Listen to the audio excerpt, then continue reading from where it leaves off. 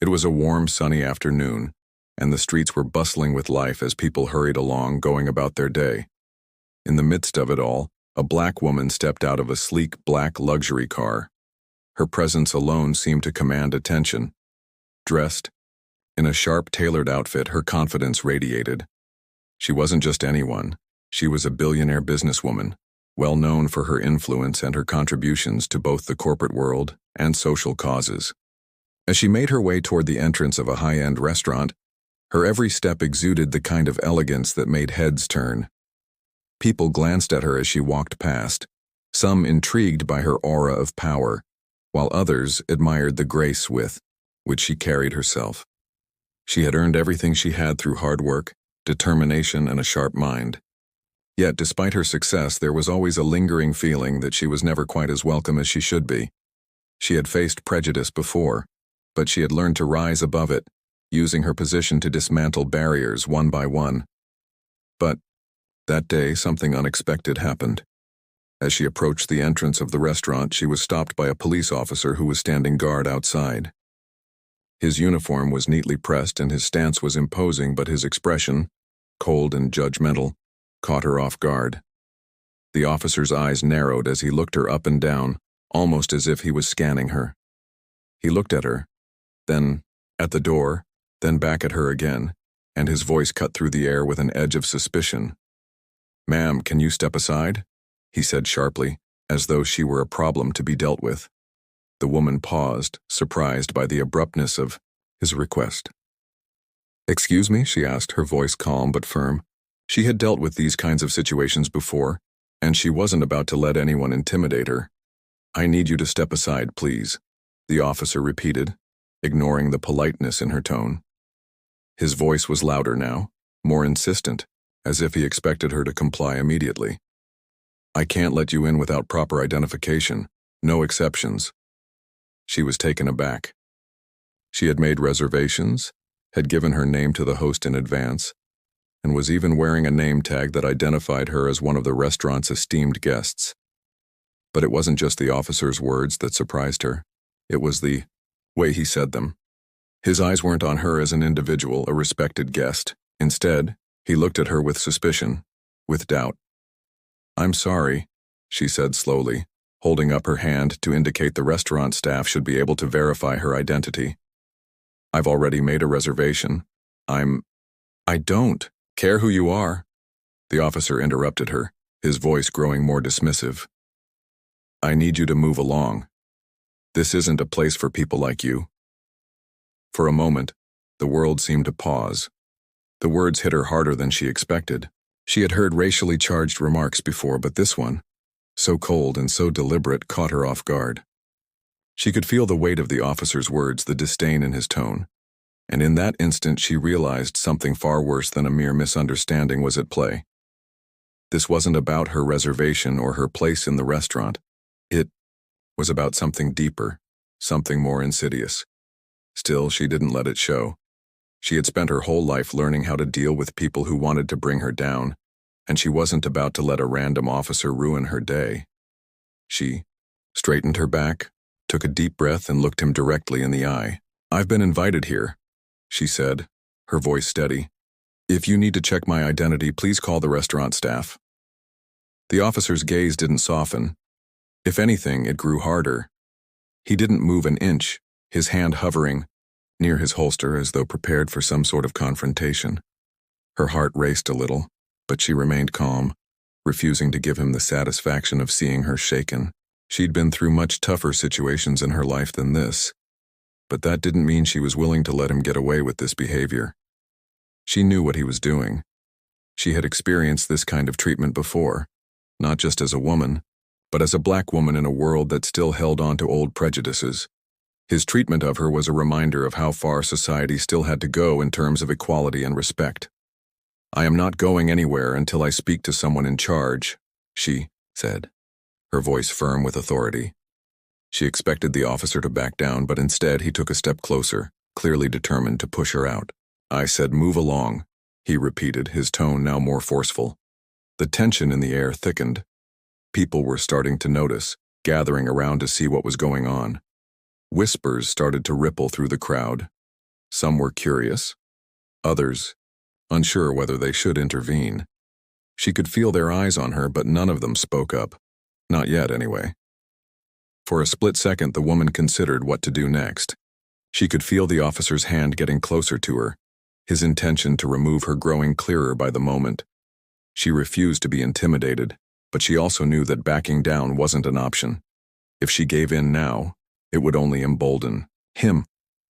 "I'll wait," she said quietly, her tone unwavering. The officer didn't know what to make of her. She wasn't backing down. He wasn't used to people like her pushing back, especially not in front of a crowd. He raised his hand, preparing to do something she wasn't sure she wanted to see. The air crackled with tension, and it seemed like something was about to snap. And just when she thought things couldn't get worse, the situation suddenly took a turn. The officer stood there, glaring at her with an expression that screamed frustration and anger, his hand still hovering near his holster. The crowd around them had grown, people whispering, muttering under their breath, but no one dared to step in. It was a tense, heavy moment, like the calm before a storm. The woman stood unmoving, her face showing no fear, just determination. She wasn't about to let this man control the narrative, not today. And then, just as the officer took another step towards her, something changed. A voice rang out from behind her, sharp and commanding. "Is there a problem here, officer?" The voice was unmistakable, calm but filled with authority. The woman turned slightly and her eyes widened. There, standing just behind her, was a man she recognized instantly. A billionaire tech mogul, one of the most influential figures in the world. He was a familiar face in the business community, but his presence here wasn't just coincidence. He had been watching everything unfold from the beginning, quietly observing the officer's behavior. The officer didn't seem to know who he was at first, but the mogul's reputation preceded him. The crowd immediately shifted, their whispers intensifying. The officer looked over his shoulder, sizing up the newcomer, and for the first time he seemed hesitant. "Sir," the officer said, trying to regain control of the situation, but his voice faltered. "This woman is causing a disturbance, and I'm just trying to handle it." The mogul didn't even look at him as he turned his attention fully to the woman. His gaze was soft but resolute, as if he was seeing everything she had endured in a single glance. "Is that true?" he asked her, his voice low but filled with empathy. The woman nodded slowly, but she didn't speak. She didn't need to. The mogul could already tell what had been happening. He had seen the officer's behavior from the start, the way he had singled her out, treated her with suspicion, and spoken to her in a condescending, dismissive tone. He looked back at the officer, his expression hardening. "You don't get to treat people like this, not in front of me, and certainly not in front of anyone else." His voice was unwavering, a sharp contrast to the officer's increasingly nervous tone. The officer shifted uncomfortably on his feet. He was clearly out of his depth. Here was a billionaire mogul, a man who controlled vast networks of businesses and technology, someone who could have him fired with a single phone call. But more than that, the mogul had power, not just in money but in his unwavering sense of justice. And that, the officer could sense, was what truly frightened him. Maybe there's been some kind of misunderstanding," the officer stammered, his voice now lacking its earlier confidence. But the mogul wasn't buying it. He took a step closer to the officer, the crowd parting to make room for him. "A misunderstanding?" he repeated, his voice now carrying authority. "Do you honestly believe that's what this is?" The officer swallowed, his posture shrinking. His bravado was gone. He had no way to respond to the magnitude of the situation. The mogul turned to the woman again, offering a silent nod of reassurance. She had stayed silent up until this point, but now she spoke. "I've asked him for help," she said, her voice finally breaking through the tension. "But instead of helping, he tried to push me out. He treated me like I didn't belong here." The mogul's jaw clenched. "I'll make sure you're taken care of," he promised her. And then, turning back to the officer, he added, "And I'll make sure this never happens again." You're not the judge here. You're not the one who gets to decide who belongs and who doesn't." With that, the officer stood frozen, unable to speak or make any more moves. The crowd, which had been watching in silence, now started to murmur in support. Some people whispered about the mogul's reputation, while others looked at the officer, in disbelief, their judgment clear in their expressions. The woman stood tall, her face still composed, but her heart was racing. She had expected resistance, but never had she imagined that the confrontation would turn into something so much larger than a simple misunderstanding. She knew the mogul's words would carry weight, that he had the power to bring the officer down. But it wasn't just the power that comforted her. It was the fact that someone, finally, had stood up for her. The officer, realizing that his position was rapidly deteriorating, tried to backpedal. I didn't mean to." He stuttered, but the mogul wasn't interested in hearing excuses. "You didn't mean to?" the mogul interrupted, his tone icy. "You didn't mean to?" He shook his head in disbelief. "You meant to. And that's what makes this worse." The mogul turned his attention back to the woman. He could see the subtle tremor in her hands, the way her body had tensed up under the stress of the situation. But she stood tall, unbroken, and in that moment, he saw not just a businesswoman, but a symbol of resilience.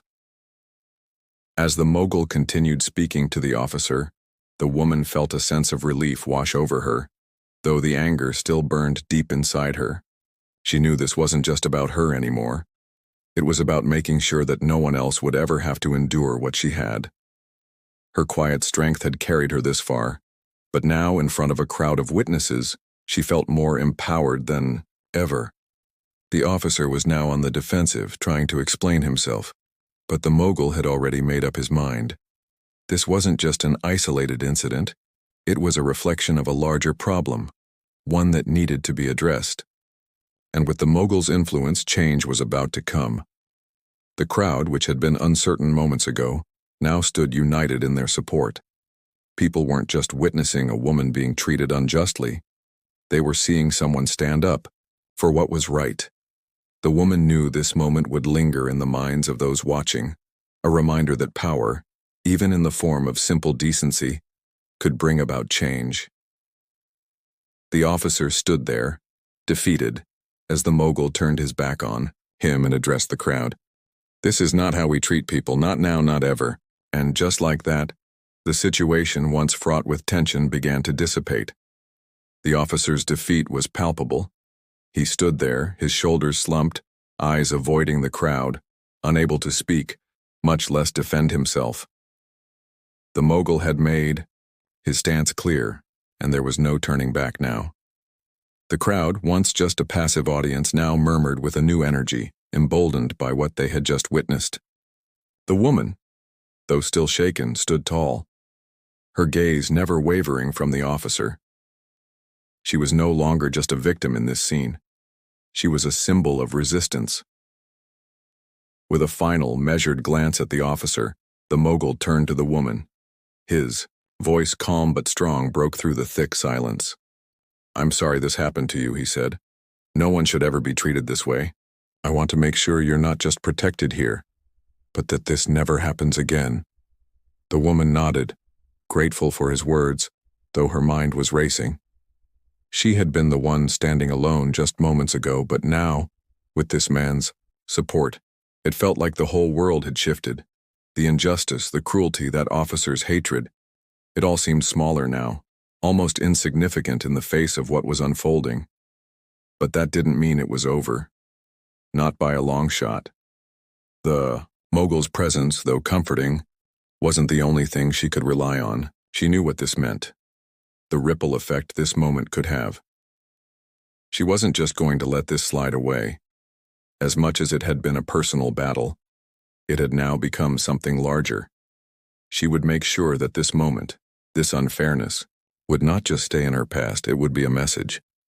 The mogul's phone buzzed suddenly and he glanced down, his expression tightening as he read the screen. "I have some calls to make," he said, but there was a flicker in his eyes, a determination. "I'll make sure the right people hear about this. I'll ensure that the officer is held accountable." The woman didn't reply immediately, her mind spinning. The whole situation felt surreal now, like it wasn't happening to her at all. It was almost like she was watching someone else live through it. She'd spent years building her empire, pushing through obstacles, proving herself in a world that often tried to dismiss her. But this moment was different. It wasn't just about her success or her accomplishments. It was about who she was in that moment. Someone who wasn't going to back down when faced with injustice.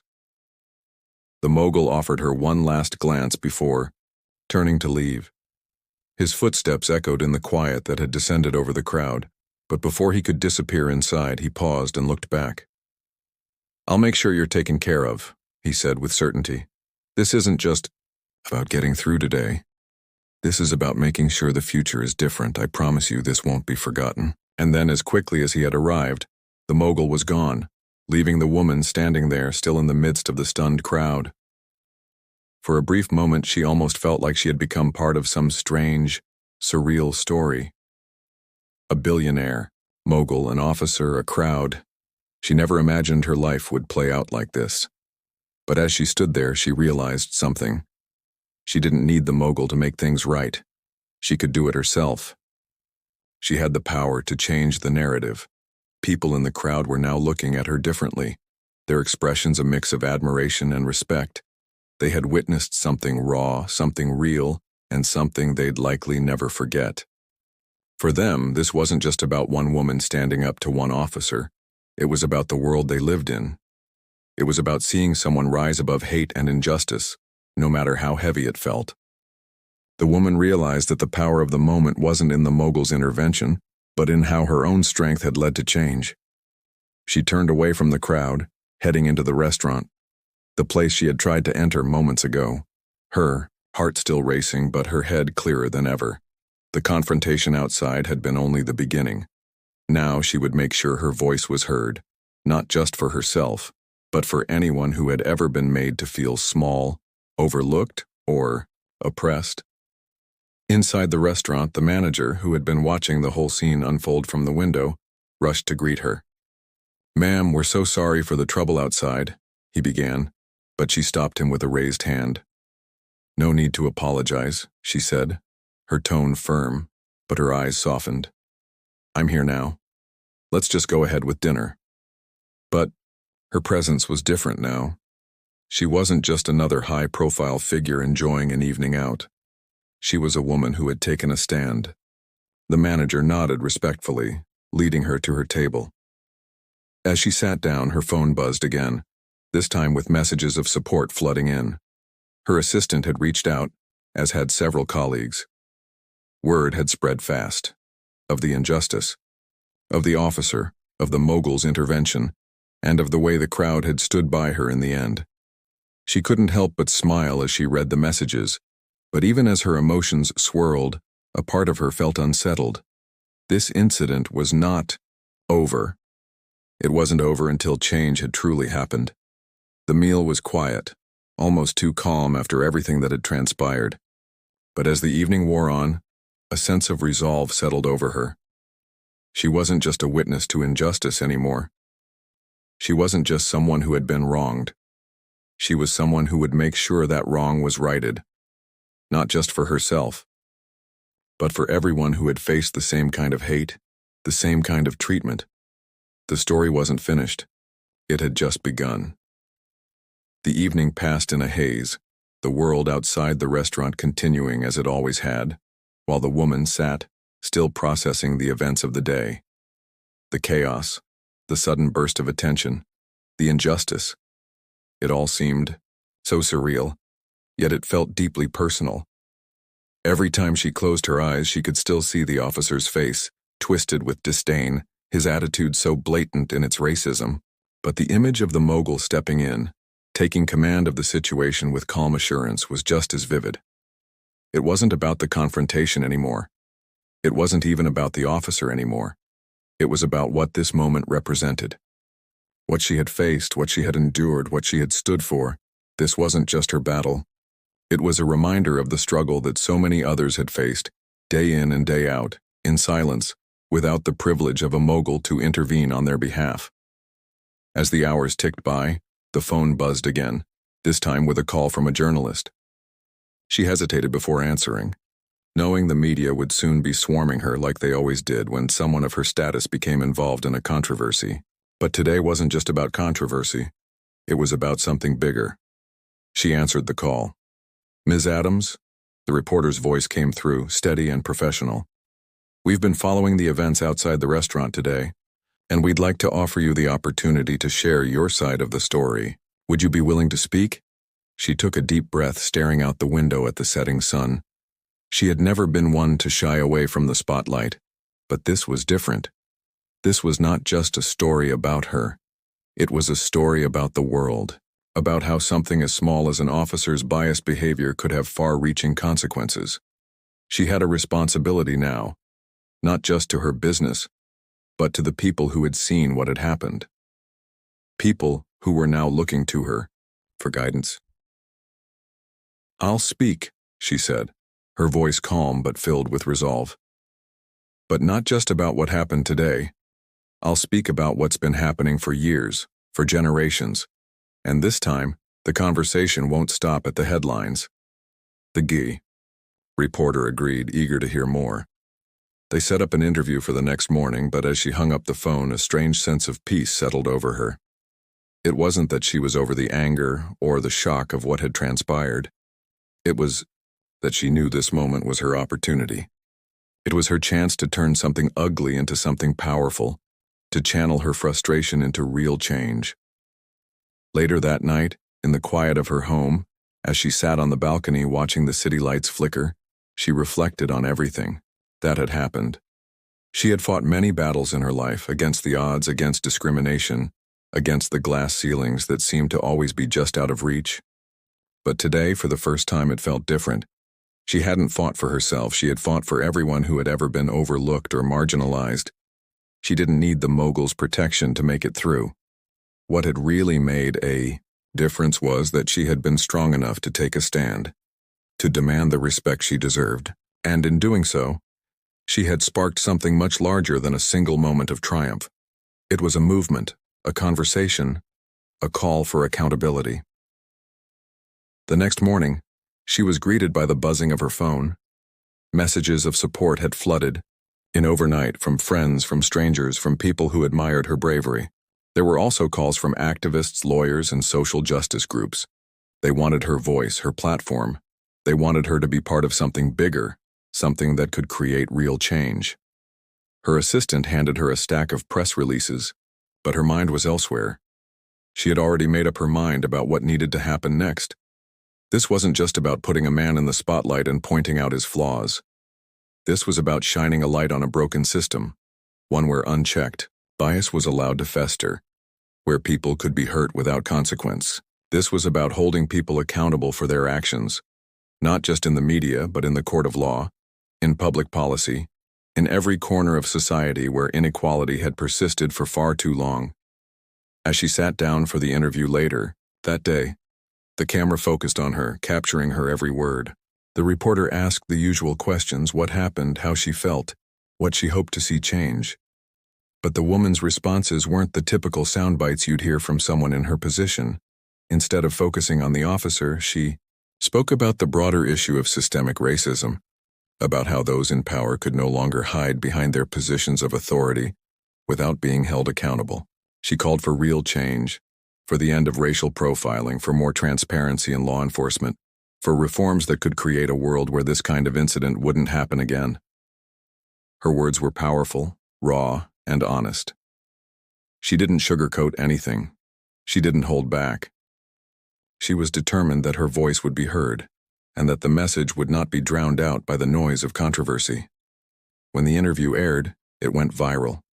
Social media exploded, with hashtags trending in support of her and calling for justice. News outlets picked up the story, and soon people all over the country were discussing the incident, not just the officer's actions, but the larger issue at hand. It wasn't just one officer who needed to be held accountable. It was a whole system that needed to change. But even as her story spread like wildfire, the woman knew that the real work was just beginning. She had a platform now, a voice that had been amplified by the attention, and she wasn't going to let it go to waste. There was more to do, more people to stand up for, more barriers to break. This wasn't just a moment in her life. It was a turning point. And she would make sure it would lead to something far bigger than herself. As she watched the news coverage, she leaned back, letting the weight of everything sink in. Her battle had become a catalyst for change, and it was only the beginning. The fight wasn't over. It had just begun. Days passed, but the momentum only grew. The interview had sparked something inside people, something that had been dormant for far too long. It wasn't just her voice that echoed across social media. It was the voice of everyone who had ever felt silenced, everyone who had been overlooked or oppressed. The woman had ignited a fire, and now the world was watching to see what would happen next. As she sat in her office the next morning, the weight of her newfound platform settled over her. There were meetings to attend, partnerships to discuss, and media outlets eager for more sound bites. But all of that felt secondary now. The real work was waiting for her, not in the boardrooms or the headlines, but in the long road ahead, an uncertain path filled with challenges, yes, but also immense potential for real, lasting change. Her assistant walked in with another pile of messages, this time from activists, lawyers, and even political figures who wanted to meet. She glanced at the stack but didn't pick it up immediately. She was still processing the sheer volume of support and attention she had received. This wasn't just about one incident anymore. It had become a movement, a moment in history. But it wasn't enough to simply acknowledge it. She had to act. After a few moments of contemplation, she picked up her phone and made a call. It was to the mogul who had stepped in that fateful day. He had been quiet since the incident, likely handling the aftermath in his own way. But she knew she couldn't tackle this fight alone. When he answered, his voice was calm, but there was an urgency behind it. "I've been following the coverage. You've made an impact, but I think you and I both know that this is only the beginning." "I agree," she said, her tone steady. "But we can't let it fade. We need to take action now. It's not enough to just expose the problem. We have to change the system." There was a brief silence on the other end. Then the mogul spoke, again his voice resolute. "What are you thinking?" She leaned back in her chair, staring out at the city below. It was a beautiful view, but it felt distant now. "I want to work with legal experts, with policymakers, with people who understand how deeply embedded this issue is. We need a strategy to create real reform, something that addresses the core of the problem. But it has to come from the people who've lived this, who know the pain." The mogul's voice softened. "And you're going to lead it?" "I am," she said, her voice unwavering. "But I can't do it alone. We need a team, a coalition of people who aren't afraid to tackle the tough issues head on. This isn't just about the police. It's about education, about healthcare, about employment, about every system that perpetuates inequality." "You've got it," he said immediately. "Consider it done. I'll get to work on building the network. You focus on making your voice heard even more. I'll follow your lead." "Thank you," she replied, feeling a weight lift off her shoulders. She had no illusions about the difficulty ahead, but she wasn't afraid anymore. Let's change the world. With that, they ended the call, and for the first time in days, she felt a sense of direction. She had the power, the support, and the opportunity to turn this moment into something much bigger than herself. But she knew it would take more than just good intentions. It would take strategy, hard work, and unwavering commitment. The first step was already in motion. Her legal team was already drafting proposals for new legislation to prevent racial profiling and hold law enforcement accountable. Her meetings with advocacy groups were being scheduled, and in the background behind closed doors the mogul was pulling strings, setting up a network of influential allies who shared her vision for a fairer society. But as she sat there, making plans and strategizing, she was constantly reminded of the true nature of this fight. It wasn't about her success or her personal legacy. It was about the countless people who had been unjustly treated for far too long, people who had faced systemic oppression every day of their lives. She could feel their stories with every breath she took, the weight of their struggles on her shoulders. And for them, she couldn't afford to fail. Weeks later, the press conference was set. The mogul and the woman stood side by side at the podium, their faces determined and resolute. The cameras flashed, the crowd murmured in anticipation. But this time, she wasn't just a spectator to a world that judged her. She was part of the movement, part of the solution. "We are here today to make a promise," she began, her voice strong and steady. "A promise to those who have been silenced for too long. A promise to those who have suffered under systems of discrimination. We are not here to talk about change, we are here to make it happen." The crowd fell silent, hanging on her every word. "For too long our voices have been ignored. But we are not backing down," she continued. "Today we start the work of dismantling these systems. Today we begin the fight for equality, for justice, for everyone who has ever been treated as less than human. And together we will make sure that no one ever has to face what I did." The room erupted in applause, the energy palpable. This wasn't just about her. It was about a collective movement, a community rising to demand what was rightfully theirs. The mogul stood next to her, nodding in agreement. This was only the beginning.